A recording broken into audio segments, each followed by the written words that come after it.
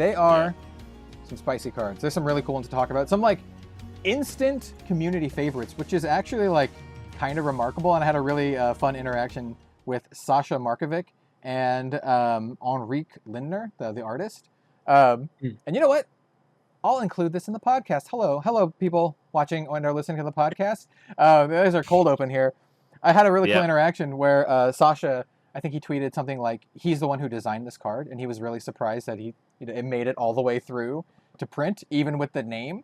And separate from that, the artist Henrique Lindner, responded to one of my tweets about it with like a Maui.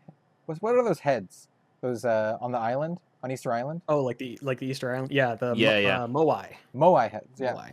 Yeah. He responded to with a little emoji of that, and I was like, I responded to Sasha. I was like, between Sasha's like design and Lindner's art, like this is an instant like community favorite. Everyone loves the rock. There's so many memes about it. I want to build a UPF rock deck where the whole goal is just to smash people with rocks. I love that the picture of the rock has handles on the sides, so you can smash it with it. It totally looks like it could be like a Dark Souls or Elden Ring weapon. Like I could see just someone running around with this stupid rock in PvP, just being like, yeah. Like I'm really excited for this set, and building on something I said last week as well. It saddens me when people look at these cards right off the bat and say like, oh, this card like is awkward to play or isn't good or whatever. It's like, I don't know, just accept the rock. Just take it for what it is. It's a rock. It might get better. It might not. Like if people are like, oh well, it's really hard to do because you have to have no cards in hand and also 3 resistors floating. It's like, okay, yeah, sure, whatever. Rock, you know? Yeah, exactly. Yeah. It's I love as well that be more complicated than that, at least for right now. Exactly. Yeah, and it goes to show as well, because we've had people on like Facebook, the Facebook group, already building these detailed dockets of how to swing rock as well. Yeah, how you can do these things. It was Joshua Scott from LSS made this awesome like image. That's right. That has all the things. I shared this on my Twitter if you want to go see it. But it's just all the ways to activate and actually attack with rock. I can't wait to build the deck. It's going to be so sweet. It's going to be janky as hell. The damage can't be prevented. Like, yeah. It's a rock. Yeah. I really want like some attack reactions that go with the rock. Like, I also love that it's weapon type rock. Like, it's called rock, and it's weapon type rock. Oh, it's so good. It is a rock. One of the people in our, I think it was the Spike Feeders Flesh and Blood channel, was like, oh, but you can't even pummel this thing. And somebody else responded, of course you can't. It's a rock. How would you pummel a rock? I was like, yeah, fair point. Fair play. Fair enough. Yeah, something. I really wanted to, maybe I'll still do this, but I really wanted to smash the cards together, smash with big tree and rock, and make it smash with big rock. And then edit out the tree and then put in the rock. So the brute guy's just holding the rock. Someone do that. I might do that, but also if I don't, someone should do that. Smash Challenge with big accepted. rock. And I think it's the same. It's the same attack Azz loves too. making weird photoshops. So what is you want him holding the actual rock, or do you want him holding the rock, the wrestler? No, it should be It should be the rock. It should be the rock from this art.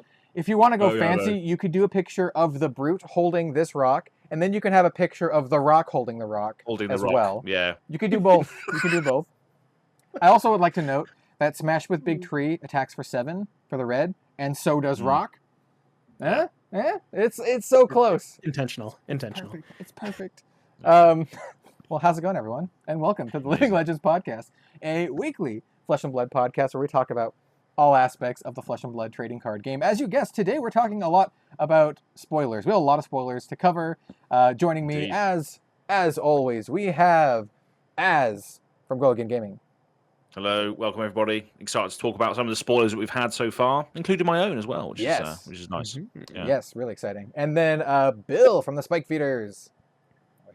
Hello, everybody. The spoilers for this set so far, I'm actually like so excited for them. Every single time they post a new card, it's like, oh, this is weird. Like this is something that we haven't seen before, and that's phenomenal. Oh, It's brilliant. Yeah. I love these expansion sets. I also really love drafting, and I know folks are like, hey, I want more draft sets. I get it. I love drafting. It's actually one of my favorite ways to play any card game. But these wacky like expansion sets with all the crazy cards, like the Rock we were just talking about, cards that are just goofy, that maybe don't fit in draftable sets. It's so much fun. I think when we get to the point where we have 2 draft sets and 2 expansion sets a year, I think that's when things will start to really feel really nice. And I know James said like ideal 4 is his ideal, 4 sets a year.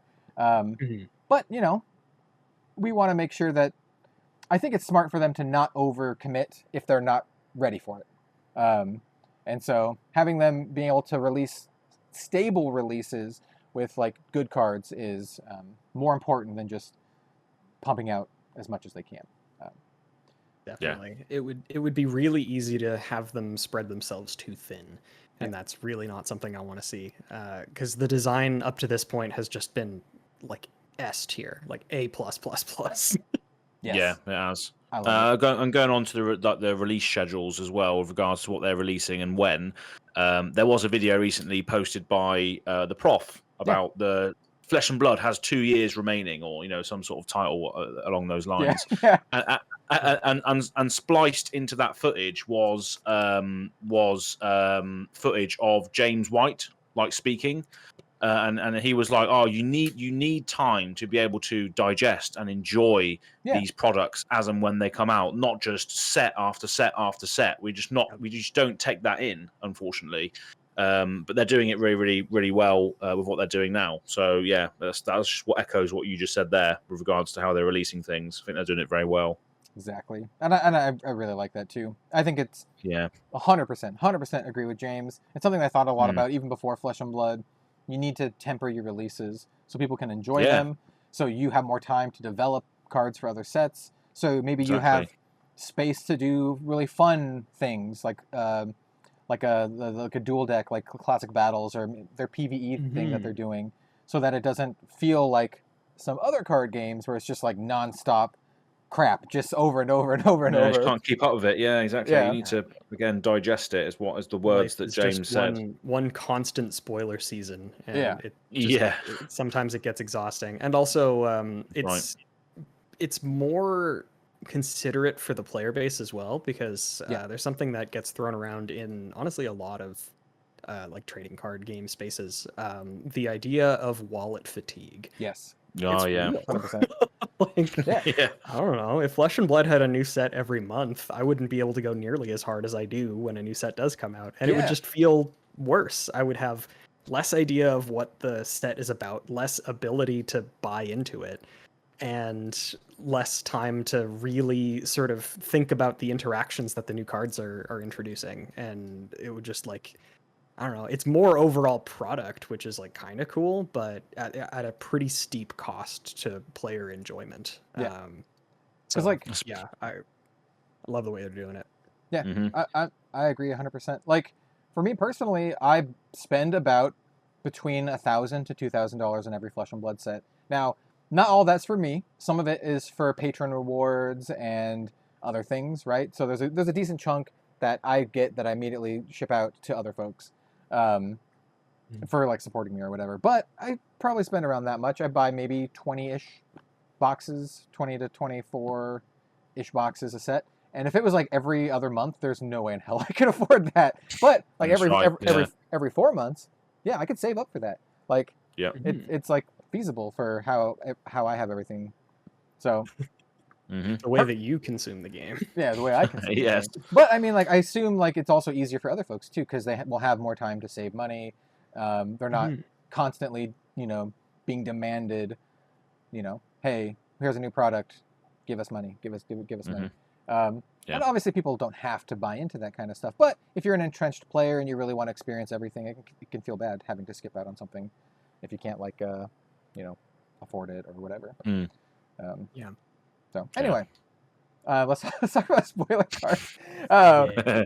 Let's just jump into spoiler cards. We'll just jump into spoiler cards because I was gonna ask about our week in Flesh and Blood, and if you have something great to share, we can do that too. But I figured part of that will be Azz's spoiler card, to be honest, because that's the week in Flesh and Blood really is basically the spoiler cards. We've all had our eyes on them as they've come out, but luckily for me, I was part of that process. Yeah, man. My week was basically just reveling on the high of releasing that video, seeing sort of 300 plus people watching the premiere, and it was an interesting journey for me as well because it's the first time I've ever done this. So thank you, LSS, if you're watching this now in the future, for allowing me the opportunity to do so. And it was an interesting journey for me because I originally uploaded a video on the Monday night to YouTube, ready for the premiere the next day. And then I went to sleep, woke up, watched it back, and I was like, right, okay, no, it needs to be better than this. So I added more things to it, got more high-res images and stuff, and ultimately released it differently to what I thought was to the best of my ability. And I thought it went down quite well. People said the chat was good on the day. So, yeah, proud of it. Thought it was good. And the card was sick as well. So, and you would... Yeah, carry on. I was just saying, Az and I literally just finished playing with it. Like exactly, yeah. So if you wanna see it in action, there was a live stream that Az and I just did playing some games. I played Lexi, Dromai, and Icelander, and he played Azalea 3 times with the new bow. And if you want to see that, you should watch that. Watch the stream. It's really fun games. Yeah, exactly. We'll talk about the bow when we get to it, but it's pretty strong. I think it's actually stronger than people give it credit for. I think I think we should we should just probably just skim over it now because obviously we're speaking about it, but I think it's a really good one. And if you want to see it in action, again, as Kel said, you can do because we just literally played it. But it is an awesome bow. It allows you to, there's loads of interactions on the game. It's hard to explain, but there's loads of interactions on the video that we just did. It's hard to evaluate it as well right now because we don't have the aim counters. Once we know what the aim counters do, it's going to give us a lot more scope as to how powerful it can be. But there were times when I was loading it in and getting lots of aim counters, but not knowing what they do. So what do they do? We'll see. Let's read out what it does for the. Read out what it does. Yeah. So our listeners know what it does. In fact, you know what? I'm going to try something fancy. While you do that, let me see if I can just pull up all of these images into OBS in real time, and we can just have them on the screen in OBS for the viewers, and for the listeners, we'll read them out, so you're not missing anything here. So cool. Well, visual listeners, the visual listeners, this is the card. You won't be able to see it on my because it's quite a small screen, but I've got 2 cards here, as you can see. The Sanskar Great Bow. So if Kel wants to get the image up on the visuals right now, then absolutely fantastic. But if not, I'll read it out to you. So once per turn action, you pay 1, and you look at the top card of your deck. You may put an arrow card from your hand or the top of your deck face up into your arsenal and go again. So you don't have to do that. You don't have to load the bow at all. You can just use it as a pseudo see what's on top for an Azalea's ability, or if you don't have any cards in your hand, or if you do have a card in your hand that's not an arrow, you can pitch that to look at the top card, and then if it is an arrow, normally with any other bow, you would not be able to get that into your arsenal. But with this card, you can play that arrow into your arsenal face up, and then potentially use that with a tunic trigger, which is what the interaction was on the game that we just played. I didn't have an arrow in hand, but this bow allowed me to use a red in the ledger off the top. It wasn't dominated with Azalea, but still, red in the ledger off the top when you've got no cards in hand from blocking on a previous turn, I think is a good line to have, especially when you do have the powerful effects that Azalea has. You need to be able to access those more often, and that's what this card does. And that's not even knowing what the aim counter does either. So there's been a lot of speculations from the community as to what an aim counter might do. I think the most popular one is evading armor, like a reverse dominate. We've seen overpower in this set, which is like a pseudo dominate. Is the aim counters maybe an evasion, more evasion in a different way for this hero? But we'll see. I spoke for about a minute now on this, but because I absolutely love it and I think it's fantastic. And again, if you want to see the interactions, albeit Kel did blunder on one of his turns. Yeah, just a little bit. But yeah, that's the power of Red in the Ledger. But yeah, you can go and see it. You go watch it on the previous video. It will be up when you are listening to or watching this. So go and have a look at that. Cool. I just now got it all set up. I got a slideshow set up. So those who are watching this visually, we will have the cards up in real time here, which is great. Lovely old job. Here is the bow. It's really cool looking. All of these I think will have their Marvel frame versions. Those are the ones that I have images of here. Yeah. And I think, as was saying this, I really love that it helps one of Ranger's biggest weaknesses, and that's not having an arrow. And this exactly helps with that, because you can still use it if you don't have an arrow and see if you have an arrow on top of your deck. And I can always think back on that. I can't remember if it was at US Nats or if it was at the Pro Tour. I think it might have been US Nats, where it might have been, I don't remember who it was. It might have been Isaac, or who I think it was. Who played on Ice Lexi? Yeah, who played Lexi, and he basically had opponent dead to rights, plays 3 of a kind, draws no arrows, arsenals, and passes. And I'm like, oh my, that is so rough. And so, yeah, it's like exactly what you were saying, both of you. This is the type of just one extra layer of being able to hopefully dig yourself out of a whiff. It's like one extra thing that you can do that just, maybe makes it so that your hand isn't dead, which is something that both Rangers really have to worry about. That's right. So it's so extra good for Azalea too, because if you already have a card in Arsenal, or maybe even if you don't, right, you can look at the top card, and if it's a sick arrow that you want, you leave that one on top, and then you Arsenal from hand, and then activate Azalea to immediately give it, like, dominate. Like, it's so sick. It's so sick for Azalea specifically, and that's why I really love this card, because I actually don't think it's that good in, like, Lexi, right? Like, No, I think Voltaire is, like, I mean, it's the elemental bow. And it's not to say that the Sandscour Great Bow isn't strong, but Voltaire is, like, really good. I mean, Voltaire gives all your stuff go again, and you can do it twice, and it's an instant effect. I'm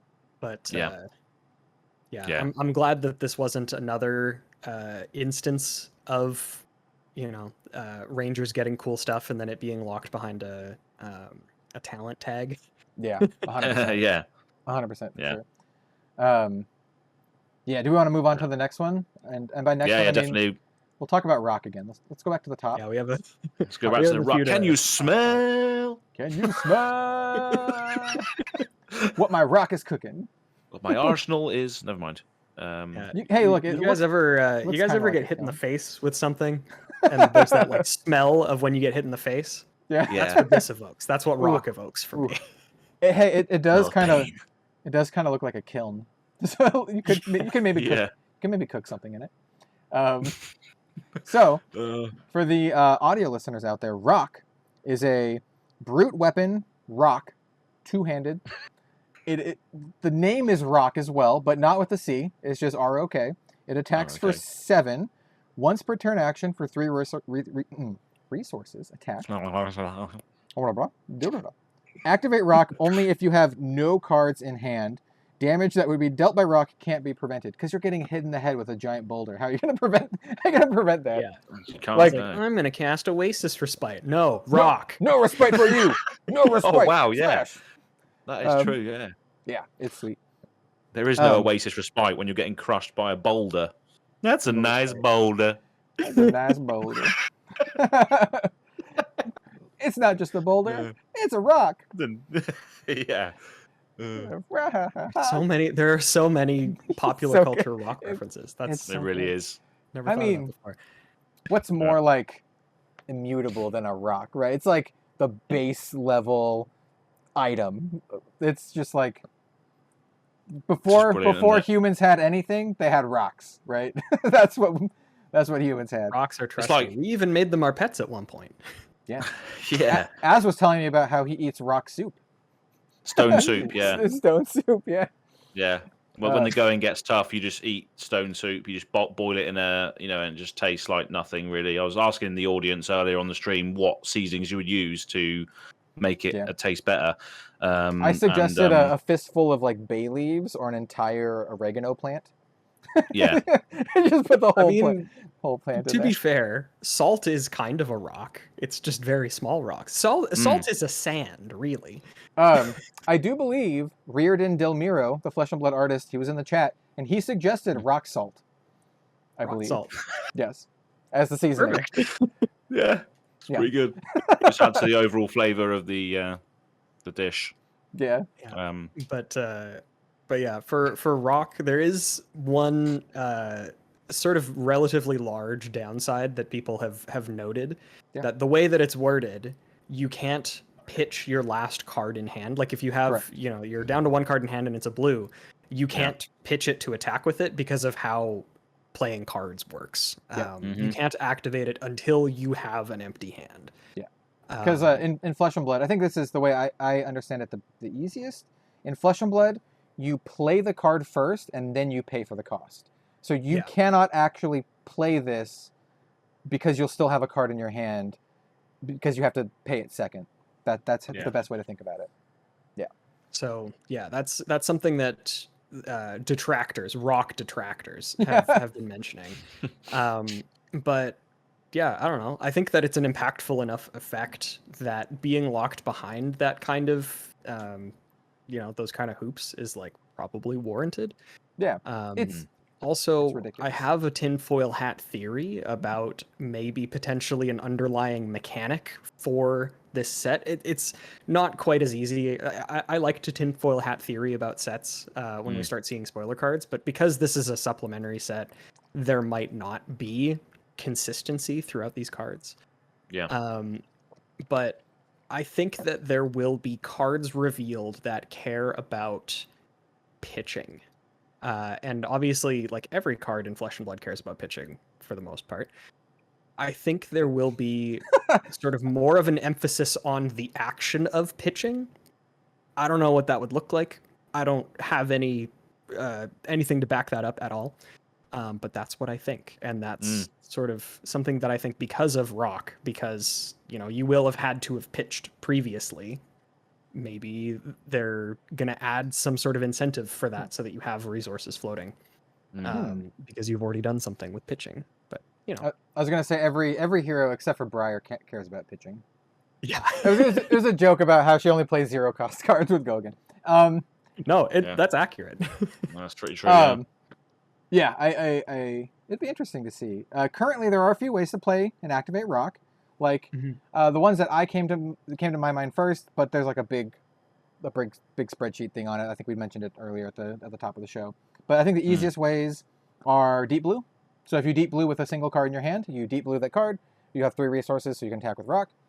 You can also have no cards in hand, plus energy potion and a tunic trigger, or any other way to generate 1 resource. So you can do energy potion plus tunic, or the other one that you can sack to get one resource. Blossom Spring. Yeah, that one. Yeah. So there's some ways to do it. They don't require a lot of setup.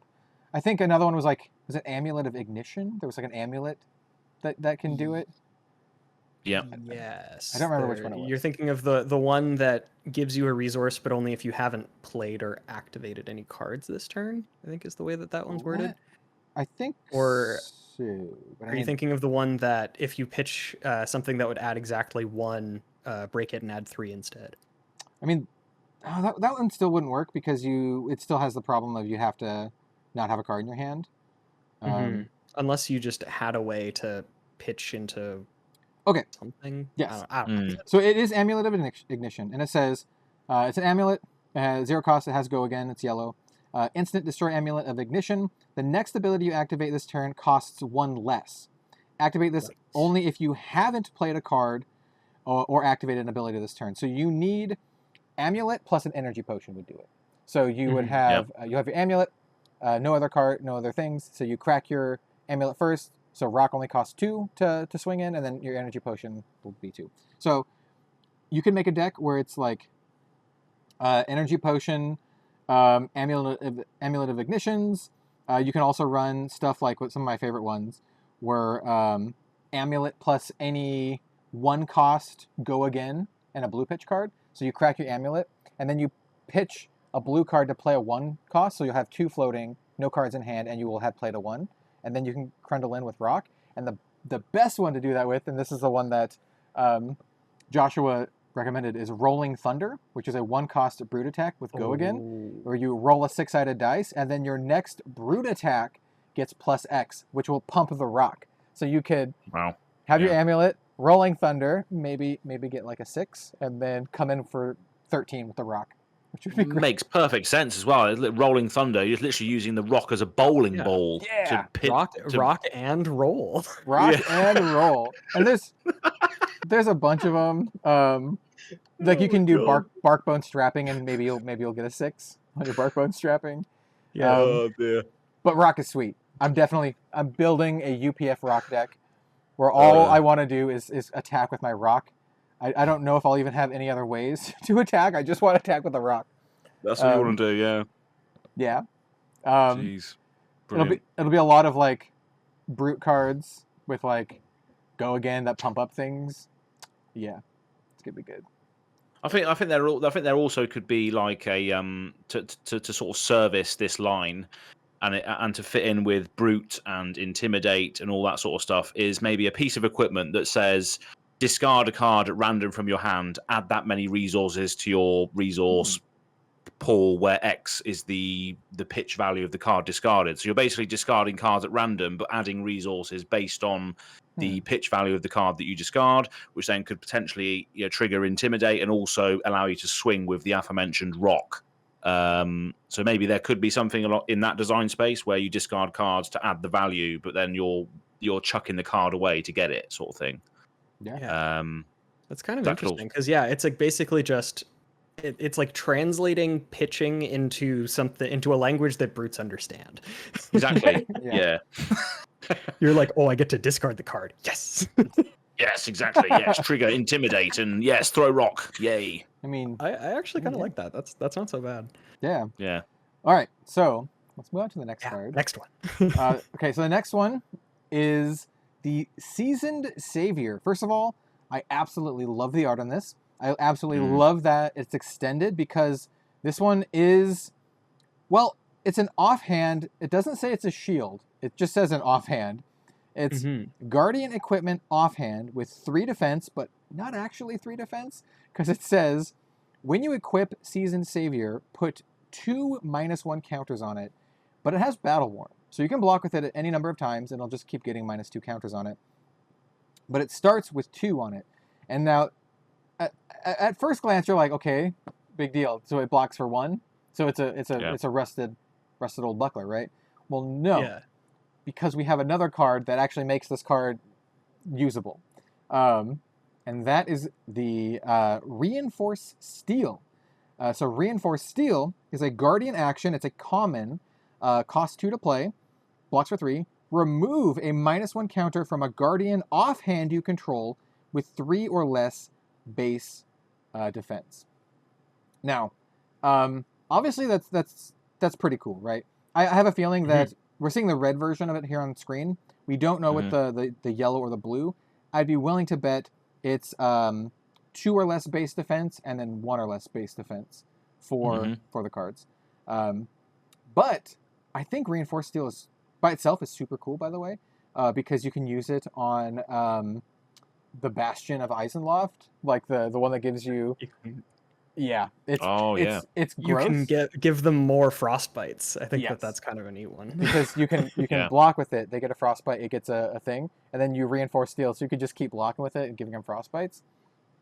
Or you can try to build up to this big Seasoned Savior to have that 3 block, which is a lot, right? So having 3 block means it actually blocks 6 total across 3 different blocks. That's madness, yeah. Which is like, I mean that's Husk levels. Yeah, Husk. And like it is because we've seen Reinforced Steel. This might be the only instance of this type of mechanic, the removing battle worn counters. Yeah. this might be the only time we see it, but if it isn't, then it's like, okay, this blocks for 6, but also you might be able to block for 3 multiple times or 2 multiple times. Yeah. So like the ceiling on it right now is actually just straight up a question mark. I don't know. I think it's really cool, but I also hate it because it's just more ways for Guardians to turtle up and be like as defensive. Oldhim mirrors are now gonna go to triple ultra time. Yeah, they're just gonna fatigue, and they're just gonna be like, hammer you for 4, hammer you for 4, hammer, like whoever has the highest life and gets to attack first will win that, I guess. But that's maximum cynicism. Yeah. Another interesting thing about this as well is the fact that we've got another thing that says, well, I think we have another thing. I can remember it being said somewhere else, but it says when you equip this. So there is now like a phase or like a sort of reference to actually when you equip things. So does that phase happen at the start of the game where you go, right, I equip my stuff, or is there a hero or maybe a piece of design space in the future that will allow you to equip things from your sideboard? I think both. I think yeah. Because it's the crown, the one that makes you roll. That's it. Yeah. Is the other one that we've seen. And like with the way that beginning of game is structured, you reveal your heroes, you decide who's going first, and then you do your sideboarding. So you get to choose what your equipment loadout is and stuff. So like at that point of the game, it doesn't feel like the game has actually started, but they're basically saying like it is technically a part. It doesn't trigger right then and there because obviously you still have to draw your cards and everything, but it basically triggers at the next possible instance that it can. Which I think is really, really neat. And like I think the only other instance that I can think of, like you were saying, with is there a hero that can equip from the sideboard? Taylor. Yep, that's exactly what Taylor I was thinking. can do that at the beginning of each of her turns. I think she can banish an equipment and replace it with something else. Something like that. Does she use the equip word as well then? Does she? I can't remember. She does. Right. Yeah. Yeah, so that's quite interesting. But I do like that as well. Like if they are sort of messing around with the equip phase, that's a phase of the game that's technically a phase of the game before the game even starts. So they're adding these extra layers to the beginning of the game, which could be interesting. Going forward. I would love to see like a Flesh and Blood equivalent of like Hephaestus the Armorer or something like that, who could like forge armor or weapons or whatever like mid game. That'd be rad. Yeah, would be like Ornn from League of Legends. Yeah. But there's something about this design space that I really like. Just before I move on to the other one, is having effects that trigger on equip is actually a really neat way to print really powerful effects on equipment, but have them not sort of poison the rest of the game.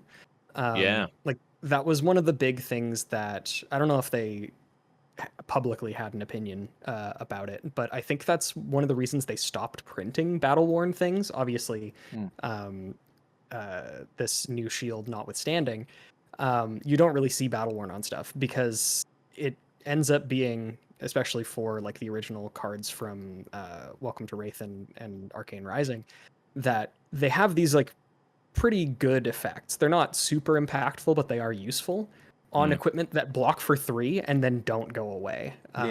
So I'm pretty sure that's why we started seeing Temper and because it's like more Blade Break. It's like too much value because you can block with it and then you still have like infinite value with it. And the ones that I'm thinking of that are like quite good or like pretty good are like the Tekla Foundry Heart and Grasp of the Arcanite. I think are the two biggest ones. Scabbies! Tectonic plating too. Yeah, tech plating, like, scab skins. Yeah. Which is funny. It's funny. A lot of these heroes, like the ones we're naming, are like heroes that are traditionally really good. And then I'm like, and then Ranger, Skullbone can just block once and then die. Blade Break. Yeah. Yeah. And then Blade Break. And then Ninja also has Blade Break, but it's like this insane ability, like an actually insane ability. Yeah, like an Yeah. actually game warping ability. Yeah. So it's like you actually have to choose whether or not you're keeping this impactful thing around or you really need the 2 life. Yeah. Yeah. But Anyway, I do really like this this design space of, you know, the fact that this is the first time we've seen Battle Worn since Arcane Rising, if I recall correctly. On a card that like needs a couple of hoops to be jumped through before it actually is good, I think is like right in line with where Battle Worn should be. So I think I really like what they did with it. I also, this is maybe a little like counting the chickens. I like this seems really cool for PvE. I know I keep talking about PvE, but it seems really cool because on like earlier turns, maybe you're fighting against a boss, you could like tank up to make sure you have enough block to block their like big attack or something. I don't know. It just seems really cool for that kind of thing. I love these like different designs, and yeah, I don't know. I really dig it. I dig it quite a bit. Definitely. Speaking of really cool designs, I was gonna say, speaking of tanking up, both, and also blade break on ninjas. We have Blazinguroy, which is a ninja equipment chess piece. Blocks for 1, or does it? Because while Blazinguroy is defending on chain link 4 or higher, it has +4, and then it also has blade break. So if you defend on chain link 4 or higher, it blocks for 5, which is strong. Blocking for 5 is quite strong. I think we mentioned already the Husk, right? And Husk blocks for 6 and has a really big downside of you just start losing life every single turn. This one just, if you can pull it off, blocks for 1 less with no downside other than, you know, getting the setup. other than needing to pick your moment, but I have like one funny thought about this card, and I'm like, I love how it's a ninja equipment and best defense against other ninjas, or Briar, but you know, it's the mirror shield. yeah, it's like the anti-ninja, like rune blade, like piece of equipment. Anti-rupture triggers, just cancel the rupture stuff at the end of the chains and stuff. It's really good for making sure you don't die when your opponent activates their Mask of the Pouncing Links. Well, you're not gonna have a problem with that. I'm not gonna have a problem with that anytime soon. Well, yeah, because we have Blazinguroy. Exactly. So I just think it's really interesting that the ninja card, the ninja equipment is like an anti-ninja equipment. It's like you said, anti-ninja tech for your ninjas. It's probably playable, right? It's probably good to have in your loadout to put it in versus the decks that you know are going to go super wide. What's their other chess piece? They don't have ninja. One. They don't have one at all. It's usually like Vest of the First Fist or Tunic or basically just that. Yeah. So they don't actually have a chest, right? Yeah, they're like Ranger. Yeah, this is their first ninja like chess piece. We're gonna get a Ranger one then. Do you think? Get a Ranger chest. That'd be rad. And maybe, maybe, it has the word arrows with aim counters on them. Baby. That's give it to me. That's what I'm hoping. That'd be sick. Okay, so the next card, I love, like, very much.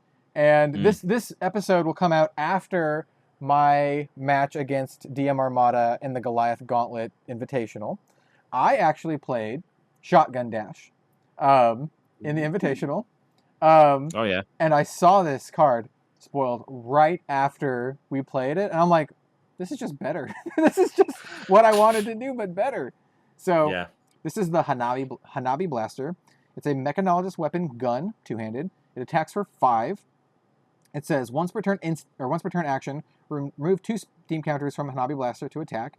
Overpower, which is that we talked about it last week. It's can't be defended by more than 1 action card. The third time you play a card with boost each turn, put a steam counter on Hanabi Blaster. What's really cool to note here is that there's no upper limit to the steam counters you can put on here. So you can actually just thinking that. you can actually stack up like 4, so you can have consecutive turns where you're just coming in for 5. And also, there's no other requirement to attack with it. You just have to remove the steam counters. So if you had to, at the pinch, maybe at the end of the game, you could block all out and then still come in for 5 with this overpower effect. Does this basically replace what Talishar was doing then on the end of the chain for Dash now? Do you think? I think it's just better. Just better. As long as you're being like consistent with your attacks and boosting, it's just better. It's free. It's like 5. It attacks for more. It's evasive and it's free. And you can do it more than like 3 times or whatever if you need to. So I guess you just have to make sure you are boosting at least 3 times to get the steam counters. Is there any other way to get steam counters on this? Not at the moment, is there? Not that not right now. Not that we know of. I mean, I think it's relatively open design space to be like, to have steam counter manipulation where it's like, oh yeah, like add, like the next time you boost this turn, put a steam counter on target either item or whatever you control. I think that's like a totally fine thing to print. So probably. Yeah, that's got metrics and pit set written all over it. That sort of mechanic, hasn't it? Yeah. I think it's pretty good as well. Also, everyone should go watch that match with me versus DM Armada.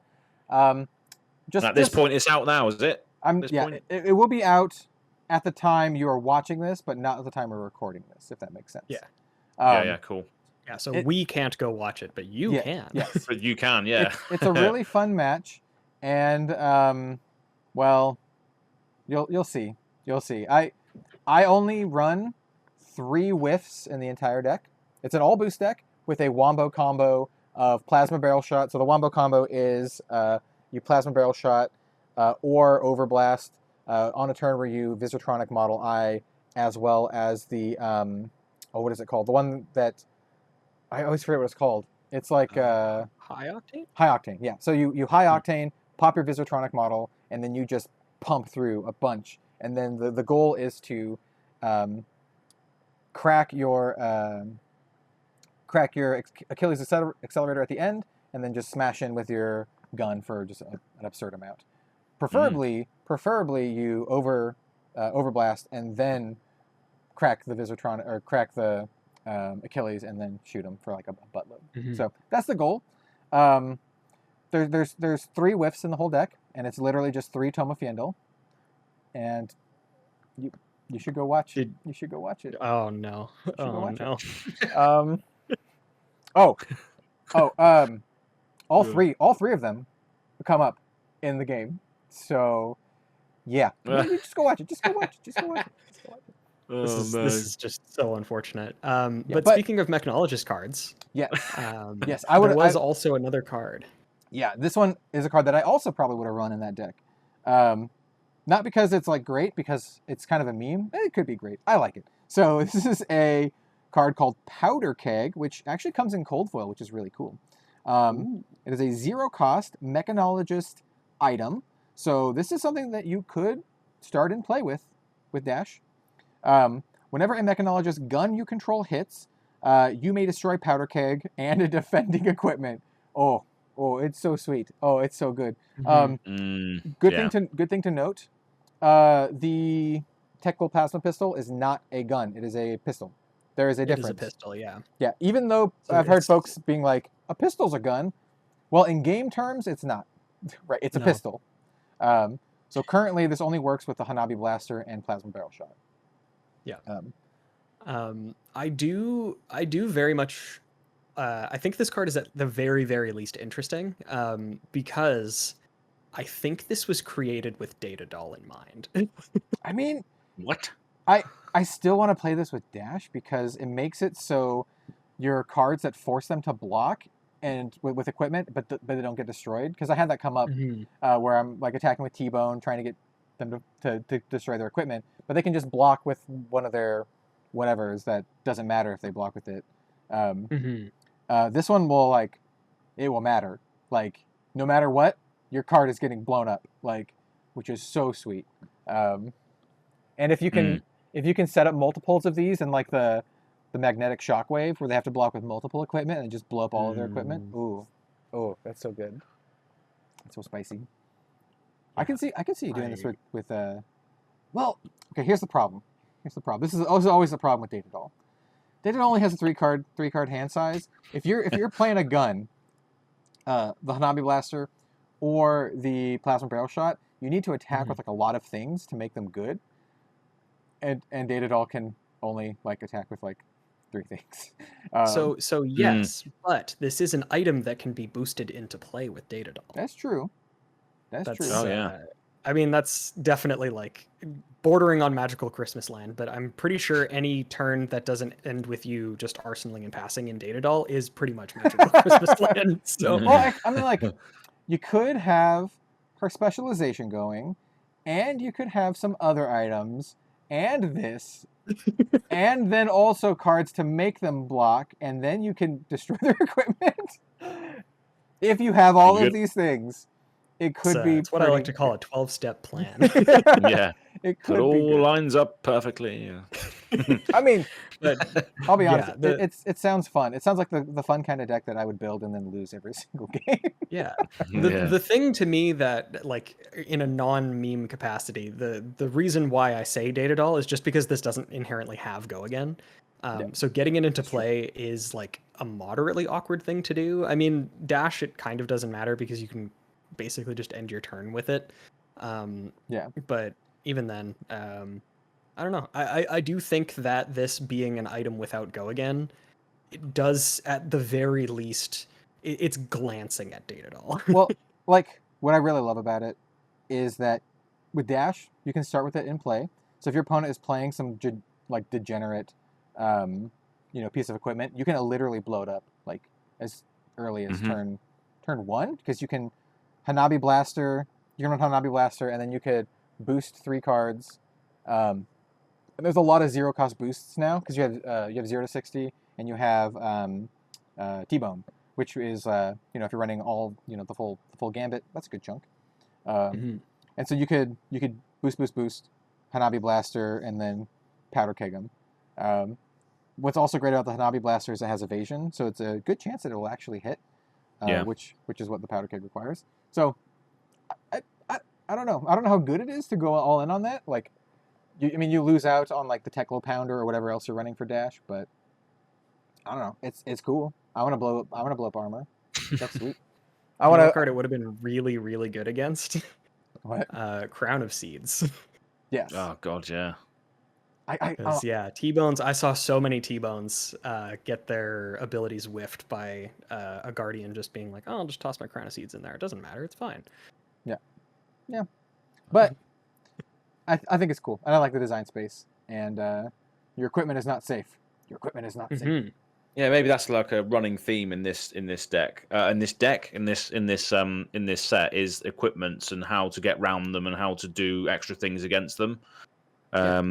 Maybe that could be a sub theme in here somewhere, because equipments do plague a lot of matchups and a lot of heroes and stuff. There was no worse feeling than shooting an arrow into a carrion husk, and it's just like I was gonna say Husk isn't super relevant these days. It's still a really good card. No, but imagine husking, like blowing up their husk turn 1.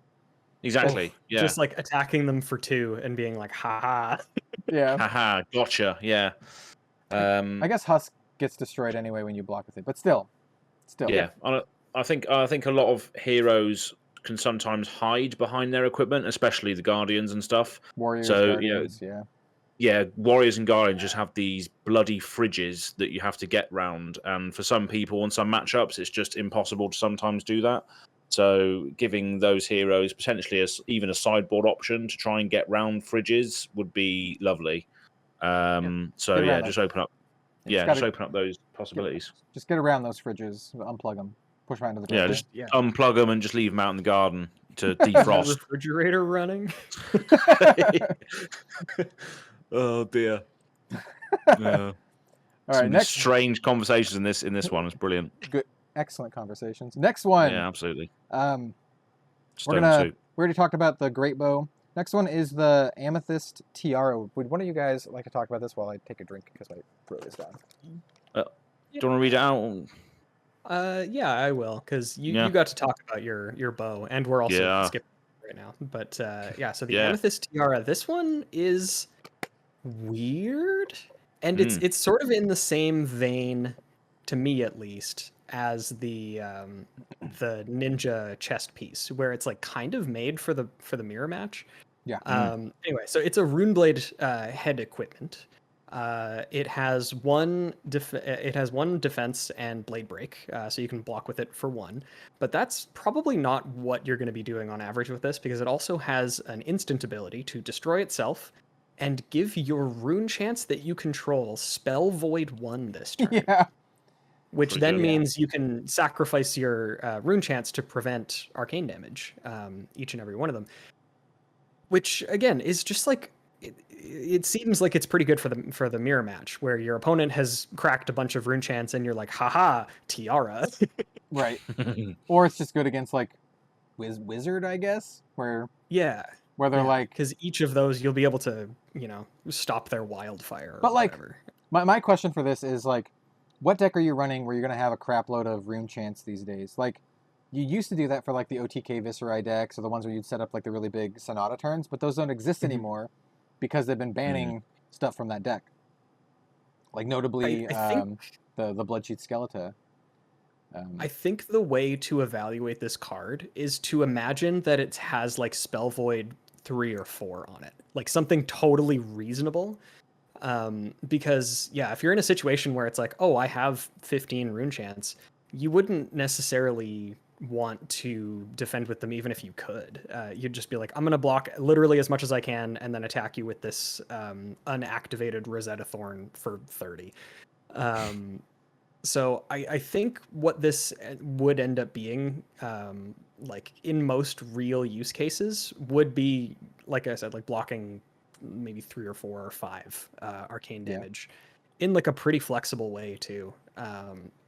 Whether or not that's like a necessary thing is kind of yet to be seen. But it's, again, they're just iterating on ways to defend, and I'm loving it. Yeah. Yeah. Like, one of my favorite decks of all time is the like a OTK Viscerai deck, and I don't know, would I run this in my deck? Probably. I'd probably have it like in the sideboard, so if I was playing against a wizard or something, I'd just slam this in and make it so they could never win. I mean, that works. Because if I have like 20 rune chants or whatever, like I'm just building them up and I have 20 rune chants, like there's no way they can like OTK me. So you can. So if they wildfire you for 5 and you've got 20 rune chants, you crack this, and then 5 of your rune chants, they're basically acting as spectral shields for arcane damage. Yeah. Yeah. But they are you can also choose with Spell Void, because it is an opt-in, which is also quite nice, because in a situation where you're playing OTK and you have 20 rune chants, like kind of goes against the argument that I was just making, but you don't have to sacrifice all of them. You can sacrifice 4 or 5 of them if you want to. Which does make it more flexible. So like, I don't know, maybe it sees play like that. Again, I don't immediately see the utility case for it, but I think it's interesting enough that I still like it. Yeah, I think it's kind of a cool card. I don't know how like, super useful it will be, but I think it's cool. And it's very pretty. I can just imagine Viscerai wearing this nice little tiara on his head. Absolutely. Yeah. Yeah. In his tiara with his spring tunic. Yeah. Oh yeah. Yeah. It's ready for summer. Ready for the summer solstice. He's not allowed to wear the blood sheath anymore. He can only wear the No. tunic. Well, No, there's that other one. The other one that gives you Aether like Ironweave. Yeah, Aether Ironweave. That was kind of cool. Yeah. Yeah, that kind of fits in with this as well. Actually, another thing on this before we move on is obviously it's instant abilities. You can crack it any time to give your thing Spell Void, but also like it's going to be quite hard to time this as well, because whenever you attack, your rune chants pop. So you also have to kind of set it up as well in a way, don't you, to really get it to work. So how would you really read that as well? That's quite another thing as well, because if you attack, all your rune chants pop off. So you have to kind of set up the defensive play almost. Yeah. In order. Oh, I'm sorry. Go ahead. Yeah, so that's what I was just thinking there. You have to kind of set it up. So maybe there's a card that generates rune chants at instant speed, which will then allow you to do this in the set potentially. I don't know, but it seems like quite hard to get it off in that space. Instant speed rune chance, you say? I mean, Yeah. I want OTK Viscera to be good again, but like I don't think this is that great in like an aggro deck, like in Briar or something like that, where you're just like rune chant smack you, rune chant smack you. This is probably like best in like a control or OTK style Runeblade deck where you're building up a crap load and you just have like a bank of them. Like I said, like if you have like 15 to 20 and you're just sitting on them, like maybe that's what's going to happen then. Yeah. Now that we've further discussed it, I do, I guess, kind of want to renege on what I was saying earlier. I do think that this fits better into an OTK Viscera. I was kind of like subconsciously evaluating it as though like all of your rune chants were going to die. But yeah, like with to your point, as where it's like, oh well, you kind of have to set up for it and not attack. That is basically just the game plan for OTK Viscera. Like they want to have rune chants around for multiple turns without attacking. So being able to call on them in a time of desperate need could actually be useful in some matchups. Again, it's probably best against like a Kano style hero. Or Kano. But exactly. Yeah, I was just wondering whether the sort of typical Viscerais would use this. Not right now, I don't think. But maybe against wizards or something. Because you probably could. Obviously, what does spellbound creepers do? It allows you to play something at instant speed, doesn't it? So you could potentially play a Revel in Runeblood at instant speed, but then they would all be destroyed at the end anyway. So that doesn't make sense either. You wouldn't be able to Revel in Runeblood because I think you have to have attacked. Or you have to have attacked or blocked with an attack, I believe. That's spellbound creepers, but I think with Revel in Runeblood, you have to have played an attack and a non-attack this turn. Yes. I'm sorry. So, I mistook Revel in Runeblood for that other one, Runeblood Incantation or whatever. Oh yeah, or Read the Runes. The just vanilla card that just says make 1, 2, or 3 rune chants. There's also that other one that gives you like 4 and then it like turns them into Runeblood Barrier. There's that one too. Oh, that was a classic. I used to love that one when I was playing Jank Viscerai back in the day, almost a year ago now. Jeez. I played it in OTK Viscerai, but the whole point was just to get the rune chance. I would block. I didn't want my rune chance to get destroyed, so I would just block it out to protect them. Yeah. Yeah. I'm actually wearing a Viscerai shirt today for those of you. Watch. And it says Living Legend on it, so it's part of Living Legends podcast. It does say Living Legend on it. Yeah, shout out. That's our merch. Yeah. I mean, I think it's like paper collective merch, but this would be sweet merch though. It's like metal as hell.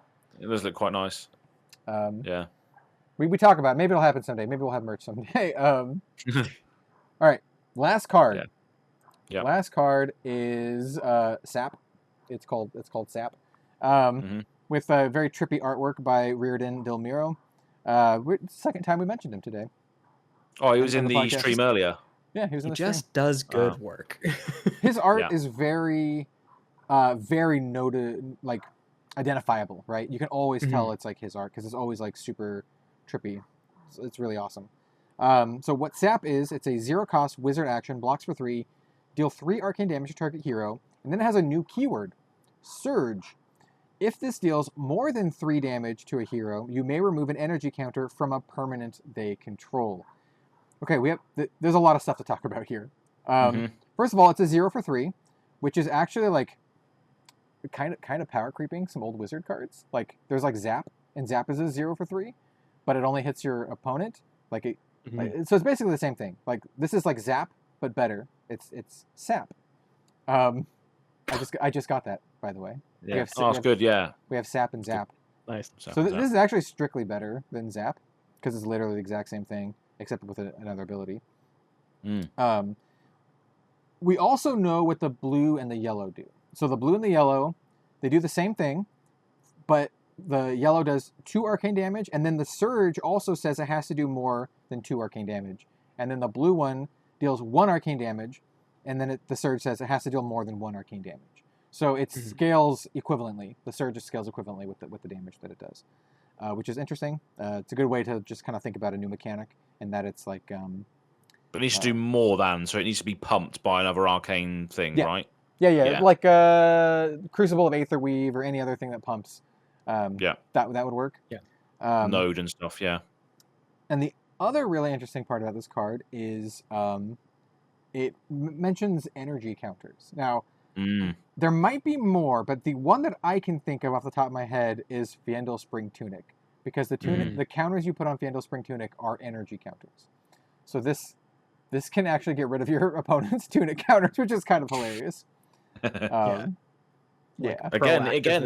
messing with them.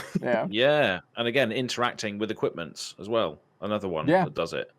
So, yes. I really am interested to see if they have more energy counters on things in the future. So there is one other card in the game that gets energy counters. Ooh, what is it? Try to take a guess as what it is. Is it a mech card? My guess would be a mech card. It's not a mech card. It is not. It is a wizard card. Oh, I know what it is. Is it the Alluvian Constellus? Oh, of course. It is. Yeah. It is. Those are also energy counters, which is, again, funny that if you're a wizard playing against a wizard, the opponent will likely want to add in Alluvian Constellus because whatever. And then now with Sap, you can mess with their Alluvian Constellus. Oh, it's ridiculous. Gotta have like a wizard duel between like Icelander and Kano, and they both run Saps and Alluvian Constellus. Pure battle of wits, absolute battle of Hogwarts. I imagine the scene where Gandalf and Saruman are fighting with the sticks, and just throwing each other across the room. Oh, it's brilliant. Yeah. So good. Incredible. Saruman's got Gandalf on a rotisserie at one point. He's just like spinning round like this, like constantly. Yeah, he is. And he flies up into the. Oh, I need to watch that again. So good. It's great. Extended editions only, by the way. 100% actually. Yeah. I also want to note, just for the folks watching this, the art that we have on here is actually the promo art from Team Covenant. This is the Team Covenant promo. And I do believe they showed that they will have all 3 pitches. I'm not sure how that's going to work, but they have all 3 pitches for promos, which is pretty cool. That's all we got today. So far, for this, I mean, we've been talking for like an hour about these anyway. It's a good amount, and we're just gonna keep talking about more spoilers as they roll out. I think it's just gonna get more and more exciting as things progress. I'm so looking forward to Dynasty. I say this for all the sets. But I mean, come on, it's so. I mean, good. the set's kind of crazy. Like already, it's kind of crazy. Yeah. I think that's a really good sign, a really good tell as to how much like myself and everyone else in the community loves the game, because every new set, everyone's like super stoked. Like, like, oh my god, did they just print this card? And it's like, yeah, they did. It's such a great time. So, do we have time for? I think we might have time for an Arsenal step. What do we have in our Arsenal this week? Does anyone have anything they would like to talk about? We did not plan this out, so I'm not sure. I've just been riding a wave of happiness this week in general. So all I've been thinking about is FAB, to be honest. Oh. Carry on. I do have one thing that also actually might have happened before you watch this, or it actually might happen right before you watch this. Az and I both picked up the new Magic Warhammer 40k like commander decks. Yes. And we want to play them. And good friend of Az and myself, we've been talking to Vince, also known as Pleasant Kenobi, and he and I have been chatting back and forth. And I'm like, yo, we got to play some all Warhammer commander decks. And so we're going to do that. And I think Vince is going to live stream it on his channel. Maybe the day this goes live. Maybe sometime on Wednesday. Yeah. No, nothing. I think that. No promises in case we rescheduled it, but it's something that we're doing. And I don't play a lot of Magic these days, but I do really like Warhammer 40k, and I've been getting into it more and more. And so Yeah, I'm excited to play. Mostly excited to play with the Warhammer stuff. Yeah. I'm going to be playing with either the Imperium or Chaos. Probably Imperium, it sounds like. I know Az is really big on Tyranids. And yeah, that's the only deck I got, to be honest. So that's the only option I personally have. But yeah, I'm very much looking forward to it as well. Yeah, I haven't played Magic in ages. I think we're just going to play what the deck's out of the box. Most of us. Yeah. I think the idea is it's all Warhammer. No edits, nothing. No just all Warhammer. Yep. Yeah. Nice. Cool. And yeah, so there's that at least. And then I have some other stuff coming up, like the guys, or I guess I should say the people from Jasco Games reached out to me about doing something for the My Hero Academia card game. So I should have that coming soon. I don't know. I asked them to send me starter decks, so hopefully I'll have some starter decks to play and to learn the game. And hopefully, if they arrive in time, we are also going to be doing a Vampire: The Eternal Struggle stream around Halloween, like a gameplay stream. So that's going to be a lot of fun too. So just on that, while we're live, and might as well just speak about it briefly. In the Arsenal step, are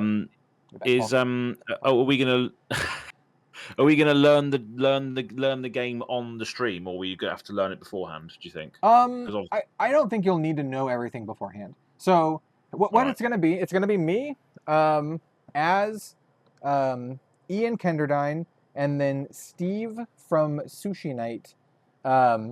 And then, Bill, you can join us if you'd like to somehow scrounge up some vampire deck, and you want to play. Scrounge up some vampires, yeah. Just walking around in Canada. Because if you didn't know, Vampire: The Eternal Struggle was a card game from the 90s. It was formerly called like Jihad, and they changed the name because of reasons that should be pretty obvious. It's a game made for multiplayer. Like it's specifically a multiplayer game. The game kind of died, but it was picked up again by a company called the Black Chantry, which I think they're also owned by Supermassive. They might be owned by Supermassive Games or something like that. But cool.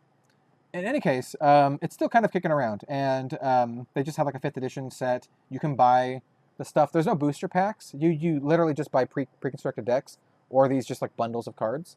And I just bought the starter, or like the core thing, which comes with 5 decks, the rules and tokens and stuff. And Steve from Sushi Night, he's a huge fan of the game, and he knows all the rules and stuff. And so he's going to kind of carry us a lot. I'm going to read through the rules to kind of know what I'm doing. I know Team Covenant did a stream of it as well. So if you watch the Team Covenant stream, you might get a good idea of the rules. But I think it's going to be a lot of fun. There's a lot of politicking, right? I know there's a thing in the game called like the favor, which is like you want to gain the favor because you'll get an edge on like voting and stuff. There's also voting in the game. You don't have to like fight to win.